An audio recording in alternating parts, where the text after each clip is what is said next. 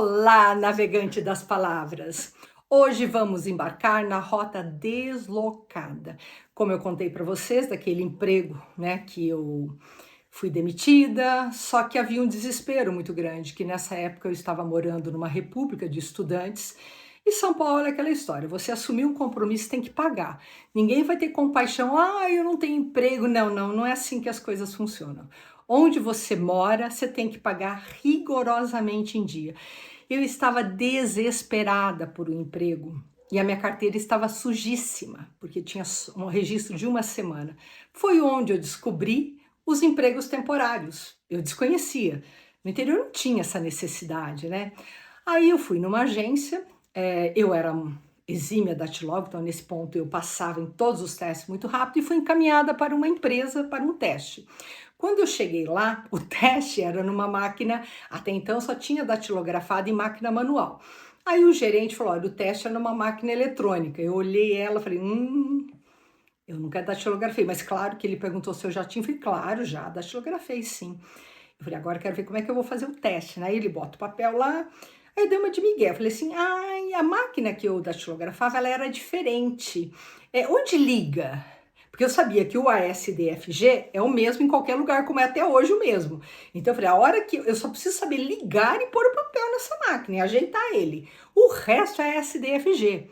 E eu tiro de letra. E naquela época, como eu já disse, eles cronometravam o seu tempo de datilografia. Dito e feito, falei, ele me explicou tudo, né? Muito gentil e tal. Pum, no que eu comecei a datilografar, bom, já estava contratada, porque eu era muito rápida mesmo.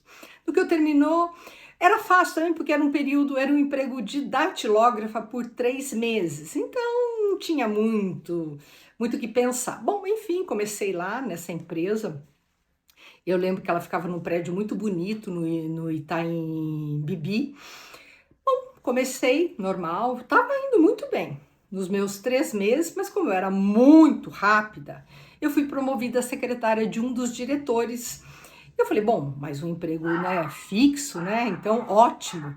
E comecei como secretária desse diretor. Estava lá fazendo tudo um trabalho de rotina, né, a menina me explicou. Ele era um diretor bastante exigente, mas eu estava indo bem, porque a maior parte do serviço era mesmo datilografia, relatórios, atender telefone da esposa, da amiga, sei lá mais de quem. Até que um dia ele veio para o escritório furiosíssimo. Ele falou, Celina, me chamou na sala. Ontem foi aniversário da minha esposa. Eu falei, e eu com isso?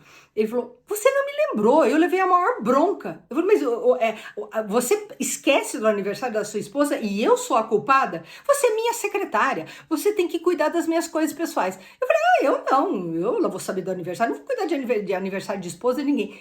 Enfim, fui demitida na hora. Aí até a menina que era a secretária do presidente falou, Celina, mas toda secretária tem que lembrar dos compromissos pessoais, das datas de aniversários do filho, porque daí você lembra ele de compromisso. Eu não nasci para ser babá de executivo. Falei, não, se isso é uma das minhas funções, realmente eu não tenho talento, nenhum, zero. Bom, enfim, fui demitida e eu mantive, depois daquele emprego que eu tinha sido demitido por ter almoçado no restaurante fino. O outro me chama para ser amante. Aqui eu sou demitida porque eu esqueci do aniversário da esposa. Eu falei, ai meu Deus, eu não sei mais. Isso com 1 ano de São Paulo. Eu tinha 1 ano de São Paulo. Então já eram muitas lições aprendendo no mundo corporativo, né? Bom, só sei que eu saí de lá tranquila e essa moça, que era amiga minha, ela falou assim para mim que o boato era que eu era filha de fazendeiros e por isso que eu não liguei de ser demitida. Falei, o pai dela deve ser fazendeiro no interior, por isso ela não precisa de emprego. E foi onde eu descobri também em São Paulo que a percepção é melhor que a realidade. Então, a partir dali eu também já notei que é melhor as pessoas pensarem que você é rica, que você tem dinheiro, do que elas saberem da realidade, que você de fato não tem. E então eu aprendi neste emprego que a percepção ela é melhor que a realidade.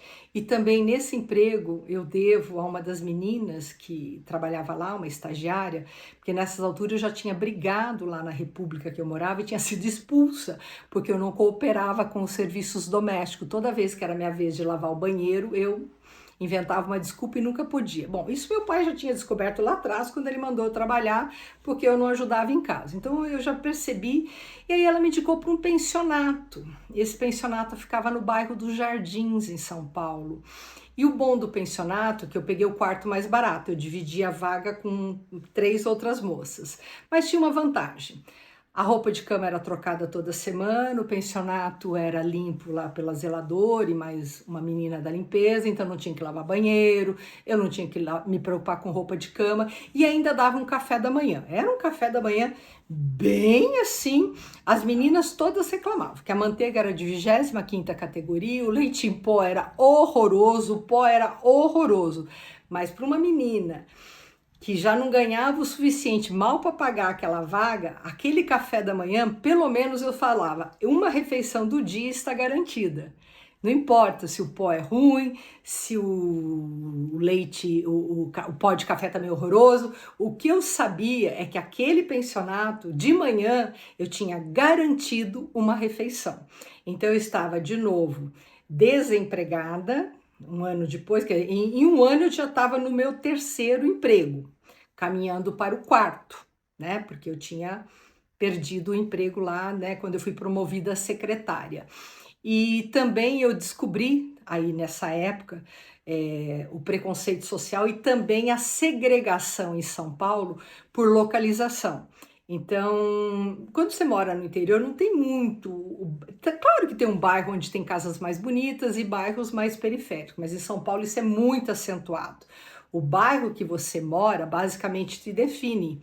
E eu vim a descobrir que eu estava morando num dos bairros mais sofisticados de São Paulo, que era os Jardins, que era um complexo, Jardim América, Jardim Paulista, Jardim Paulistano e Jardim Europa. Então eu comecei também, como tem aquela questão da percepção, eu não dizia que eu morava num pensionato, eu falava que eu morava com umas amigas numa república. E o endereço dos Jardins começou a fazer também uma diferença na minha vida. Além de ser filha de fazendeiro, como eles achavam, eu também já tinha um endereço nobre, eu morava nos Jardins. Então é isso, navegantes, por hoje.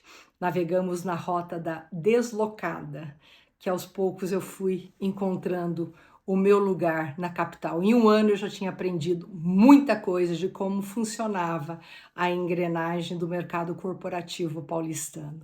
Espero vocês na próxima rota. Paz a todos nós.